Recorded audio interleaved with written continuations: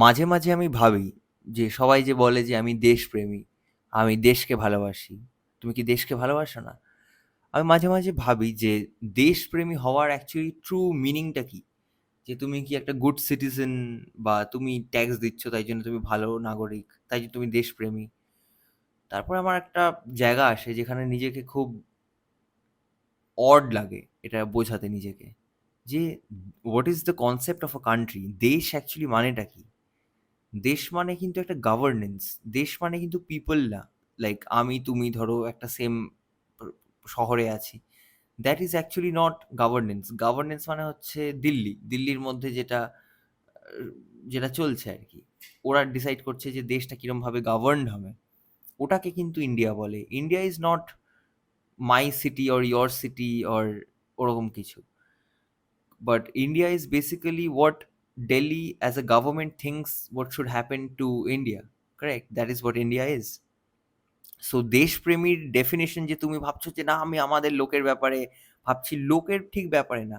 এটা একটা particular group of people যারা আমাদের ডিসাইড করে যে আমাদের জীবনটা কেমন হওয়া উচিত, কি করা উচিত, কি না করা উচিত, দেশটা এক্স্যাক্টলি কিভাবে financially, morally, in every way কিরমভাবে এগোবে আর কি। So Desh is nothing but an entity that actually issues currency if you think about it. মানে মুদ্রা প্রিন্ট করে আর কি, মানে রুপিস বানায় একটা একটা এন্টিটি যার পাওয়ার আছে একটা কারেন্সি প্রডিউস করার। Think about it like that. তুমি ধরো একটা রাজা, ঠিক আছে?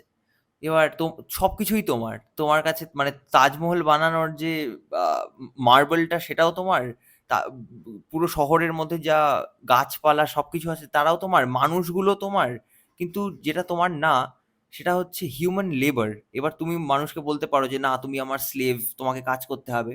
বা অ্যাজ আ রাজা তুমি কি করতে পারো যে তুমি ইস্যু করতে পারো currency against your gold or something like that, against your assets, যে এতগুলো কারেন্সি আমি সার্কুলেট করাবো সোসাইটির মধ্যে। এবার সোসাইটির মধ্যে যার যত কারেন্সি থাকবে সে যত ভ্যালুয়েবল মানে বেশি প্রডিউস করেছে for the king, for the government, ওরম ভাবে। সো এরম না যে আমি রাজাকে ভালোবাসি বলে আমি বেশি কিছু প্রডিউস করছি বা বেশি ট্যাক্স দিচ্ছি।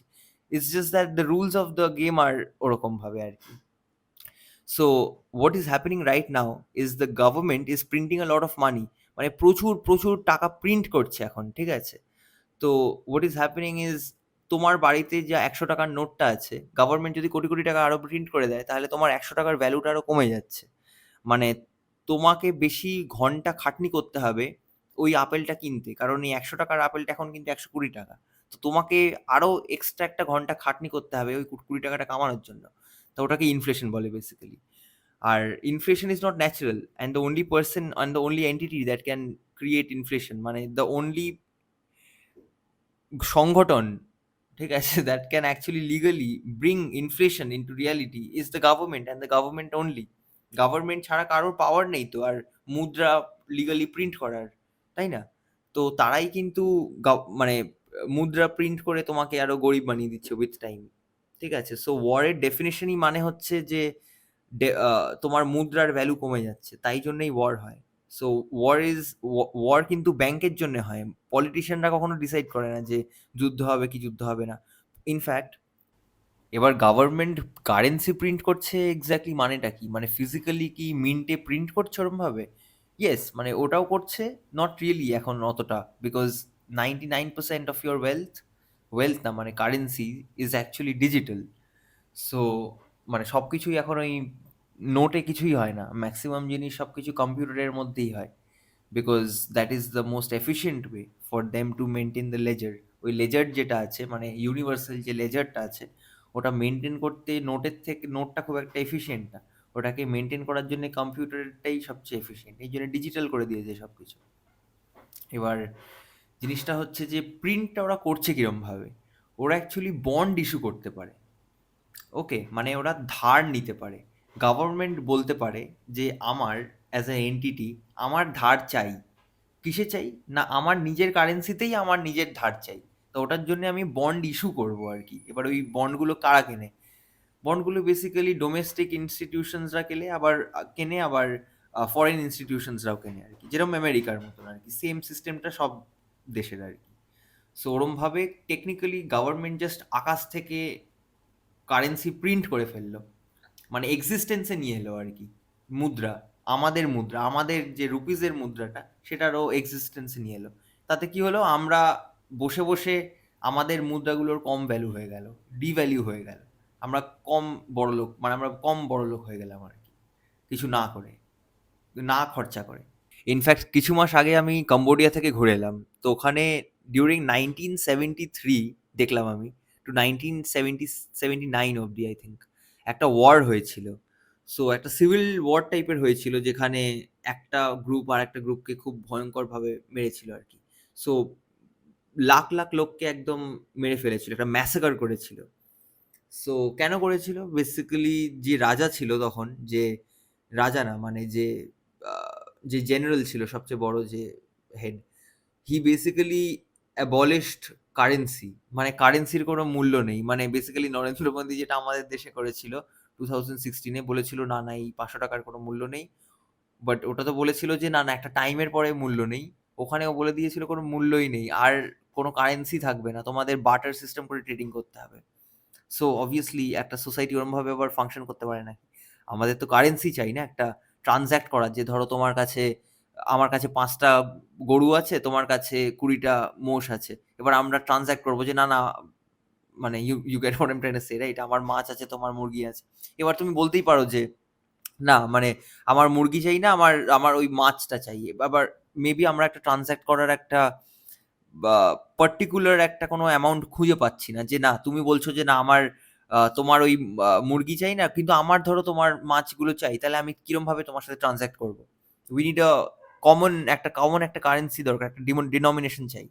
সেটা কিরম ভাবে পসিবল? দেখো এখন আমরা যেটা ইউজ করছি সেটা হচ্ছে currency, correct? We are measuring wealth through currency, but exactly 1,000 years ago people did not measure wealth by currency.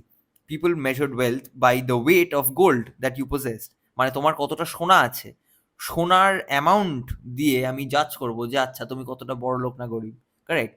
So এখন ওই ডেফিনেশন ইজ কমপ্লিটলি ডিফারেন্ট। এখন আমরা ডিসাইড করবো তুমি বড় লোক না গরিব, তোমার তোমাকে পুরো মেজার করবো তোমার নেটওয়ার্থটা কারেন্সি দিয়ে, নট বাই আচ্ছা you are worth 2 kilograms of gold বা 10 kilograms of gold or 200 kilograms of gold, যে এতটা বড় লোক তুমি। আমরা কিন্তু কারেন্সি দিয়ে ডিনোট করবো যে তুমি এতটা, ইউ আর মিলিয়নের, আচ্ছা তোমার কাছে $2 million আছে, মানে তোমার কাছে এত, এই মিলিয়ন। বড় লোক গরিব এরম ভাবে আমরা দেখবো। সো আমরা একটা অন্য টাইপের সোসাইটিতে এখন বাঁচছি আর কি। কিন্তু প্রবলেমটা হচ্ছে কারেন্সি যেটা আমরা যে ইউজ করছি, ইউল বি লাইক না না সোনা দিয়ে তো এতটাই সোনা আছে, এবার সোনাটা তো তাহলে শেষ হয়ে যাবে, সোসাইটির প্রবলেম হবে অবভিয়াসলি। সো এই জন্য কারেন্সি এক্সিস্ট করে। এবার কারেন্সি একমাত্র জিনিস যেটার আগেনস্টে ধার নেওয়া যাবে। ধার নেওয়া যাবে মানে ডেট নেওয়া যাবে, ওটার আগেনস্টে লোন নেওয়া যাবে। একটা সোনার আগেনস্টে তো কোনো লোন নেওয়া যাবে না। ধরো 1 কিলোগ্রাম সোনা, 1 কিলোগ্রাম সোনার আগেনস্টে আমি আবার ধারটা নেবো কিরম করে? সোনাটা তো সোনাই আছে। কিন্তু এখন ব্যাংকরা ডিফারেন্ট সিস্টেম করেছে, ওরা মানে তোমার কাছে ধরো একটা অ্যাসেট আছে, এতগুলো টাকা আছে, টাকার আগেনস্টে তুমি যদি একটা এফডি বা কিছু আছে, ওটার আগেনস্টে তুমি ওটাকে লেন্ড করতে পারো, লেন্ডিং মেকানিজম শুরু করা যাবে through currency, through those pieces of paper আর কি। Currency is not really money, currency is just it's a IOU bond basically, যে হ্যাঁ আমি প্রমিস করছি যে তোমাকে আমি এতটা ভ্যালু অফ এনার্জি দেবো আর কি, কারেক্ট? সো টাকা is not the energy itself, it's a means, it's a IOU bill to the bond to energy আর কি। So what the government is doing right now is ওরা freely print করছে ওটাকে এখন। মানে কোনো কোনো সোনার আগেনস্টে কোনো কারেন্সি প্রিন্ট করছে না, ওরা just randomly out of thin air print করে যাচ্ছে। সো জাস্ট ইমাজিন যে তোমার, তুমি তো কামাচ্ছ একটা কারেন্সিতে যেটা ইনফাইনাইট ভাবে প্রিন্ট করা যেতে পারে, কিন্তু তোমার লেবারটা কি ইনফাইনাইট? তুমি কি কোটি কোটি বছর ধরে খাটনি করে যেতে, তুমি কি 1000 বছর ধরে খাটনি করে যেতে পারো? অফকোর্স না। তোমার কাছে 24টাই ঘন্টা আছে, তোমার কাছে এতটাই এনার্জি আছে এক্সার্ট করার জন্য ইন এনি ওয়ার্ক, এতটাই তোমার কাছে এনার্জি আছে যে তুমি খরচা করতে পারো। কিন্তু তুমি যেই ডিনোমিনেশনে, তুমি যেই কারেন্সিতে টাকাটা পাচ্ছ, সেই কারেন্সিটা কিন্তু একটা একটা এমন একটা মুদ্রা যেটা অ্যাবসলিউটলি র্যান্ডমলি প্রিন্ট করা যেতে পারছে। So your energy, your physical energy is being devalued by the government printing currency freely. ঠিক আছে? সো এরকম একটা চুরি টাইপের হচ্ছে একটা এটা, and this has been going on for quite some time আর কি। সো আই থিঙ্ক যে এটাই হলো ওয়ার, যখন আহ, যখন ইন্টারেস্ট রেটস গুলো একটা ইন্টারেস্ট রেট না, মানে হচ্ছে এতগুলো যখন ডেট হয়ে যায়, একটা দেশের যখন ভয়ঙ্কর লেভেলের ডেট হয়ে যায়, ধার হয়ে যায়, আর কারেন্সি যখন ভ্যালু ভয়ঙ্কর কমে যায়, মানে একটা দেশকে বেশি টাকা ইউজ করতে হচ্ছে তাদের শুধু ধারটা শোধ করতে, দেন একটা দেশ বড় হতে, তো তখনই এই প্রবলেমগুলো হয় আর কি। আর ইভেনচুয়ালি এরমভাবেই সব দেশ ওঠে আর পড়ে এটা একটা সিস্টেমের নিয়ম আর কি। তো আমরা ওই সিস্টেমের মধ্যে আর কি যা চলতে চলেছি আর কি। I believe in the next few years things are going to be very tough আর কি। So all physical assets are going to go up in value in my opinion. Don't bet on it. And yeah, so excessive money printing হচ্ছে, there's war, there's chaos, are all the wars that you see basically are not real, because who is making money out of those wars? Only people who build weapons, and only people who own media channels. Of course, I'm not saying that soldiers are not dying or something of that sort. Soldiers কেউ মারা যায় নিশ্চয়ই, of course, but the ওয়ার্স মানে কি, তুমি সত্যি চাও যে পাকিস্তানকে মারবো? আর পাকিস্তানি লোকেরাও কি চায় যে আমি এখন ইন্ডিয়াতে এসে মারবো? ঘুম থেকে উঠে কি আমরা এইসব ভাবি যে না আমরা আজকে সকালবেলা ঘুম থেকে উঠে আমরা পাকিস্তানকে মারতে যাবো? আই এম প্রিটি শিওর যে ওরাও ঘুম থেকে উঠে ভাবে না যে বাহ আজকে কি ভালো ঘুম থেকে উঠলাম, চলো আমরা আজকে ইন্ডিয়াকে মারতে যাই। নো ওয়ান থিংস ওরম ওরম বুলশিট ভাবে। It's all the news papers, it's all the politicians who are saying all this staff. এই যে কারেন্সিগুলোর যে এত ধার আছে, এক একটা দেশের এত ধার আছে যে তারা পে অফ করতে পারছে না, তাদের আরো এক্সট্রা কারেন্সি প্রিন্ট করতে হচ্ছে যাতে না ধারটা শুধু শোধ করতে পারে তারা। এটা কিরম ভাবে হচ্ছে, আর এটার সবচেয়ে ম্যাক্সিমাম কে কে দায়ী বেসিক্যালি? এই ফিজিক্যাল স্পেন্ডিং যেটা হচ্ছে, ম্যাক্সিমাম ধারটা নিচ্ছেটা কারা? আমি আর তুমি নিশ্চয়ই নিচ্ছি না। এটা নিচ্ছে হচ্ছে সবচেয়ে বড় কোম্পানিরা আমাদের দেশের, যারা এক্সিস্ট করে, কারণ তারাই তো এই ধারটাকে ফাইন্যান্স করছে। Correct? Who is financing this ধারগুলো? এই ধারগুলো নিচ্ছে কে? তা কার? আমার তো হাজার 10,000 কোটি টাকার ধার দরকার নেই, না তোমার দরকার। তা 10,000 কোটি টাকার ধারটা কার দরকার? শুধু একদম টপ 1% অফ কোম্পানিজ বেসিক্যালি। এবার তারা কিন্তু ধারটা নিচ্ছে তোমার কারেন্সিতে, যেটা তুমি যেটা তোমার লেবারের জন্য তোমাকে দেওয়া হয় বেসিক্যালি, ওই কারেন্সি, ওই মুদ্রাটা ব্যবহার করছে ওরা ধারটা নেওয়ার জন্য। সো টেকনিক্যালি তুমি কিছু না করে গরিব হয়ে যাচ্ছ, কারণ the 1% of your people in the country are lending, আর তারা ধার নিচ্ছে তোমার কারেন্সিতে, তাই গভর্নমেন্টকে আরো কারেন্সি প্রিন্ট করতে হচ্ছে তাদেরকে দেওয়ার জন্য। কিন্তু ইন দ্যাট প্রসেস ওরা লাভ করুক বা লোকসান করুক, তোমার কিন্তু কারেন্সির ভ্যালুটা পড়ে যাচ্ছে আর কি। তোমার যে ওনারশিপ অফ তোমার যে 100 টাকাটা ছিল, সেটা এখন ওটার 100 টাকার মূল্যটা এখন একটু কম বেসিক্যালি, যেটা দিয়ে তুমি ওই 100 টাকাটা দিয়ে তুমি যে আপেলটা কিনতে পারতে, এখন ওই আপেলটা কিনতে পারবে না। এখন ওই আপেলটার দাম 100 কোটি টাকা। সো এভরি টাইম আমরা যে মনে করি যে যে আমরা দেশপ্রেমী, আমি দেশকে খুব ভালোবাসি, আমি মাঝে মাঝে ভাবি যে if if you had, let's say, $100 million, ঠিক আছে, enough money to live around the world without thinking of যে আমি কোন দেশের, আমি কি আমেরিকান, আমি কি ইন্ডিয়ান, আমি কি ইউকে সিটিজেন, আমি কি অস্ট্রেলিয়ান, আমি কি জিম্বাবুয়ের, হু কেয়ার্স? মানে if you had that much amount of money, যেখানে তুমি বিশ্বের যেখানে খুশি থাকতে পারতে, তাহলে কি সত্যি তুমি দেশ প্রেমী হতে? মানে would you really care about যে আমার দেশের কি হচ্ছে? কারণ আই এম মানে ইউ উড বি সেইং যে আমি তো একটা গ্লোবাল সিটিজেন, আমি দুনিয়াতে কি হচ্ছে আমি ইন্টারেস্টেড। আমি ইন্ডিয়া এসে ওরম ভাবে অ্যান্ড ওয়ার কেন, মানে হাউ ডাজ ইট ম্যাটার আর কি, ওরম ভাবে তুমি জীবনটাকে দেখতে। এখন যা মানে নিউজ চ্যানেলে দেখাচ্ছে, like they are trying to, মানে they are so trying to sell you the war, মানে দেখাতে চাইছে যে প্রচুর যুদ্ধ হচ্ছে। I think lot of people also don't care, মানে লট অফ পিপল বুঝতে পারছে যে যুদ্ধ অ্যাকচুয়ালি হচ্ছে না। কেন ভাই, কে কাউকে মারবে ওরকম? ঘুম থেকে উঠে কি কাজপত্র নেই লোকের যে লোককে মারতে যাবো আমি? কিন্তু মানে they are really trying to sell you যে যুদ্ধ, কোনো যুদ্ধ, কোনো অপারেশন, কিছু সিন্দুর, নাথিং ইজ হ্যাপেনিং। ওইসব মানে জাস্ট গল্প, আর মোর মার্কেটিং, আর জাস্ট মোর গল্প, যেটা আমরা পড়ে ভয় পাচ্ছি। আমরা হেট্রেড হচ্ছে যে না পাকিস্তানিরা বদমাইশ, ওরাও ভাবছে বাবা আমাদের দেশকে মারছে, আমরা তো কি করেছি আমরা, আমার মারছে। সো কেউ কাউকেই মারছে না, no one is killing any one, it's just a মানে একটা র্যাকেট গোয়িং অন আর কি। It's about to end I think. এখন at this point lot of people can tell যে এইসব পুরো মানে একদম জোক হচ্ছে আর কি। এখন সবার বাড়িতেই টিভি চলছে, জোরে জোরে একদম নিউজ চলছে যে বাবা ইসরায়েল ইরান আমেরিকা কি যুদ্ধ হচ্ছে, বাপরে বাপ, একদম ওয়ার্ল্ড ওয়ার 3। কোনো ওয়ার্ল্ড ওয়ার 3 কিছু নেই, কোনো যুদ্ধ, no one gives a shit, কেউ কেয়ার করে না, মানে যে কোনো যুদ্ধ কেন হবে, আর লোকজনের কি কাজ নেই যে ঘুম থেকে উঠে লোকে যুদ্ধ করবে? সো এইসব বোগাস জিনিসপত্র বন্ধ করো। এইসব নিউজ চ্যানেল, আমার তো কয়েকজনকে একদম মাঝে মাঝে আমার দেখলেই কিরকম চটি ছুঁড়ে মারতে ইচ্ছে করে। কয়েকটা মুখ আছে আমার যে মানে মানে এগুলো কি করছে কেন? এদের কি কাজকর্ম নেই যে সারাদিন? আর এরা প্রথম কথা জানে কিরম করে যে মানে আমাদের দেশ কি করতে চলেছে, কি মিলিটারি অ্যাকশন কি হতে চলেছে, জানে কিরম করে, ঠিক আছে? তো আমার অলওয়েজ মনে হয় যে এরা তো পুরো, first of all I feel like এদেরকে কিন্তু গভর্নমেন্ট টাকা দেয় ডাইরেক্ট যে বলার জন্য যে এইগুলো কয়েকটা বলো। এটা যদি না হয় তাহলে কিন্তু এরা পুরো কমপ্লিট বোকা, মানে পুরো পুরো বোগাস কিন্তু একদম, মানে প্রপাগ্যান্ডা করছে। আর প্রপাগ্যান্ডা করছে ফর মানে ফর নো রিজন আর কি। আর আর প্রপাগ্যান্ডার ওই শিকারটা আমরা বেসিক্যালি, বিকজ আমরা অবভিয়াসলি চার্জড হয়ে যাচ্ছি। দেখেছে না না পাকিস্তান এই করেছে, আমাদের আগেনস্টে চায়না এই করছে, হু কেয়ার্স, মানে হোয়াট আর ইউ সেইং? আর তুমি যদি মনে করো যে দেশ মানে হচ্ছে না না নরেন্দ্র মোদী কি আমাদের দেশ, আমাদের লোকজন হচ্ছে আমাদের দেশ, তাহলে লোকজন মানে কি? যারা আমাদের মতন দেখতে, তাহলে কি সাউথ ইন্ডিয়ান লোকেরা, তাহলে নর্থ ইস্টরা, তারা কি তারা আলাদা আলাদা দেশের, তাদের কি প্রেম ভালোবাসা কিছু হওয়া উচিত না? যে না না, দে শুড নট থিঙ্ক যে না না তুমি তো কালো আমি তো সাদা, আমার চোখ এরকম তোমার চোখ ওরকম, আমার চুল এরকম তোমার গায়ের রং সাদা আমার গায়ের রং কালো, তা আমরা তাহলে সেম দেশের হতে পারি না? যেরকম মানে চাইনিজরা যেরকম সবাই সেম দেখতে, কথার কথা, আমি জাস্ট রেসিস্ট হচ্ছি না, আমি বলছি আর কি। তো ওরা ধরো সেম দেখতে, তা কি এরকম তো আমাদের দেশ না? তো তাহলে কি আমরা দেশ হতে পারবো না? সো মাঝে মাঝে আমি জাস্ট বলছি আর কি, আমার ওরকম মনে হয় যে তাহলে দেশ মানেটা কি?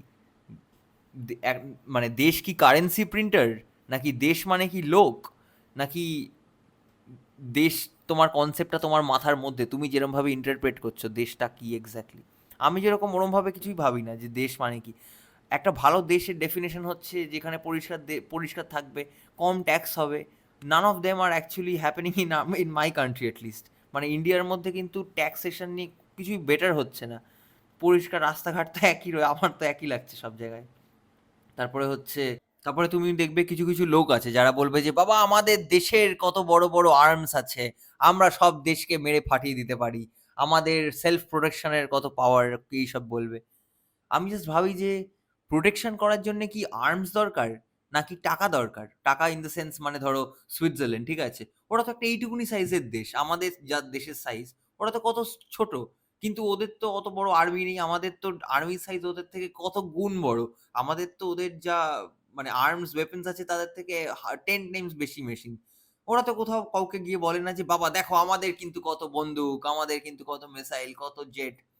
ওরা তো জীবন হেভি কাটাচ্ছে, নর্মাল জীবন কাটাচ্ছে। আমি গেছি সুইজারল্যান্ডে, খুব ভালো জায়গা। তো সো এইসব ফালতু এই আর্মস, তারপরে যুদ্ধের ওয়েপন্স, তারপরে আমাদের দেশের জিডিপি। জিডিপি মানে কি? জিডিপি মানে হচ্ছে দেশের, জিডিপি মানে বেসিক্যালি আমাদের দেশ কতটা প্রোডাক্ট কনজিউম করেছে আর কতটা প্রোডাক্ট বানিয়েছে, প্রোডাক্ট প্রডিউস করেছে। সো এবার ওই কনজিউমার প্রোডাকশনের মধ্যে কিন্তু ডাজেন্ট মিন যে তোমার বাড়িতে কনজিউম হচ্ছে আর তোমার বাড়িতে প্রোডাকশন হচ্ছে। The 1% of people are consuming and producing. So তুমি যদি ভিখারি থাকলে তুমি এখনো ভিখারি রয়েছো, দেশ বেড়ে যাচ্ছে, সো টেকনিক্যালি দেশ বাড়া মানে তুমি আরো জঘন্যভাবে ভিখারি হচ্ছে। So I am just saying, মানে ওরম ভাবে দেখলে বাজে লাগবে, but that is the truth. So it is nothing to be proud যে আমার দেশের জিডিপি বিরাট বেড়ে যাচ্ছে। দেশের জিডিপি তো 5 জন 20 জন 22টা কোম্পানিজ মিলে বাড়াচ্ছে। So 20 the top 20 companies earn 80% of India's profits. So like it's not like you are earning personally ওরম ভাবে। আমার গল্প ফুরোলো, নোটে গাছটি মুড়োলো। This is the end of the video. আর দেশপ্রেমীদের ভালো খারাপ কিছু বলা যাবে না, বিকজ দেখো দেশপ্রেমী তারা নিজেদের মাথায় দেশের কনসেপ্ট ডেফিনেশন কিভাবে কিরম ভাবে নিয়ে আসে সেটা তাদের ব্যক্তিগত ব্যাপার, ভালো খারাপের কিছু নেই, তাদের নিজস্ব ওয়ে অফ থট আর কি। So this was my first YouTube video, এটা আমার প্রথম YouTube video on this channel, এই চ্যানেলের মধ্যে। তো তোমাদের যদি ভালো লেগে থাকে তাহলে, আমার এই থোবড়াটা যদি ভালো লেগে থাকে তাহলে প্লিজ লাইক, কমেন্ট, আমাদের কমেন্টে প্লিজ জানিও যে আমার কথাগুলো কি মেক সেন্স হচ্ছে নাকি আমি র্যান্ডম বকে যাচ্ছি। And please share if you want to, and don't forget to press the, কি বলে ওটাকে যেন, the bell icon, yeah, subscribe and bell icon, yeah bell আইকনই তো বলে, ইয়া।